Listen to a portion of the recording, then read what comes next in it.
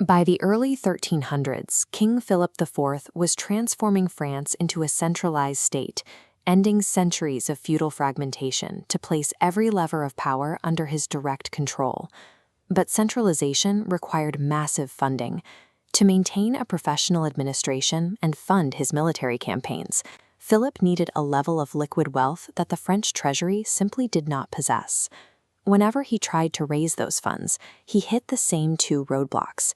On the spiritual side, the Pope claimed the right to exempt the Church from royal taxes. On the financial side, the kingdom's actual capital was controlled by the Knights Templar, an independent military order that had become the primary bankers to the French crown.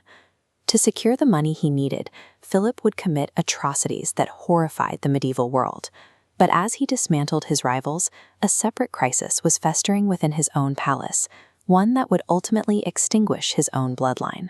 The quest for total external control often leaves a ruler blind to the internal cracks that bring a dynasty down. The conflict began over a simple tax on the clergy. When Pope Boniface VIII refused to pay and threatened excommunication, Philip chose a path that violated every medieval norm of power. Philip sent a force of mercenaries into Italy. They stormed the town of Anagni and physically assaulted the Pope in his own palace, demanding his resignation at sword point. Though Boniface was eventually freed by the townspeople, the shock of the kidnapping was fatal. He died just weeks later. Philip used the vacuum to install a French archbishop as the new pope, then relocated the papal seat to Avignon. For the next 70 years, the leadership of the Catholic Church would reside in France, functioning as a de facto branch of the French government. With the Church now under his physical control, Philip had removed his primary moral obstacle. He was free to launch a much more dangerous attack on his own creditors. By 1307, the French crown was crippled by debts it owed to the Knights Templar. The order had funded Philip's wars against England and Flanders, and he now owed them hundreds of thousands of livres. To erase the debt, Philip exploited the one exception to the Templars' legal immunity, the charge of heresy. In a highly synchronized raid on Friday, October 13th, Philip's agents arrested nearly every Templar in France simultaneously, taking the powerful order by complete surprise. To justify seizing their assets, the king's men used brutal torture to extract confessions of blasphemy and secret rituals, testimonies they used to turn public opinion against the knights. The purge ended in 1314 with the execution of the Grand Master, Jacques de Molay. According to legend, as he was burned alive, he cursed Philip's lineage, calling for the king to face divine judgment within the year. Philip had eliminated his debts and achieved a level of dominance over the Church that no previous French king had reached. But this victory was overshadowed by a scandal already breaking within his own family.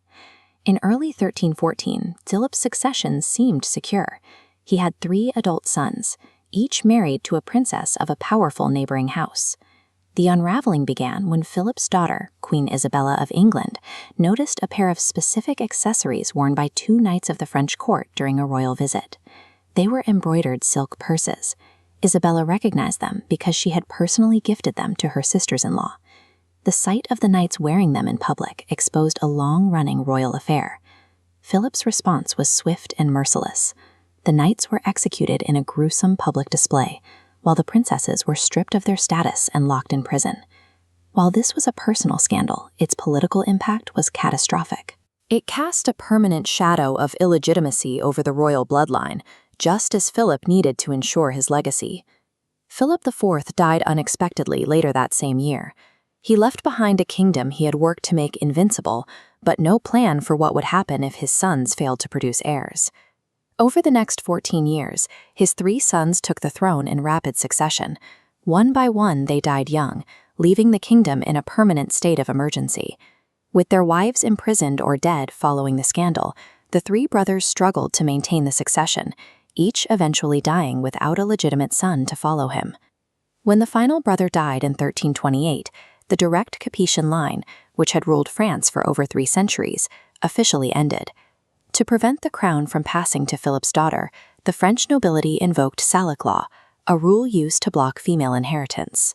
They bypassed Philip's direct descendants and handed the crown to a cousin, Philip of Valois. Philip's daughter, Isabella, refused to recognize the new king.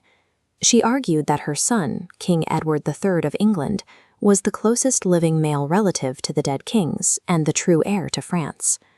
This disputed claim, born from the collapse of Philip's direct family line, triggered the 100 Years' War, a century-long conflict that would nearly destroy the kingdom Philip had fought to centralize.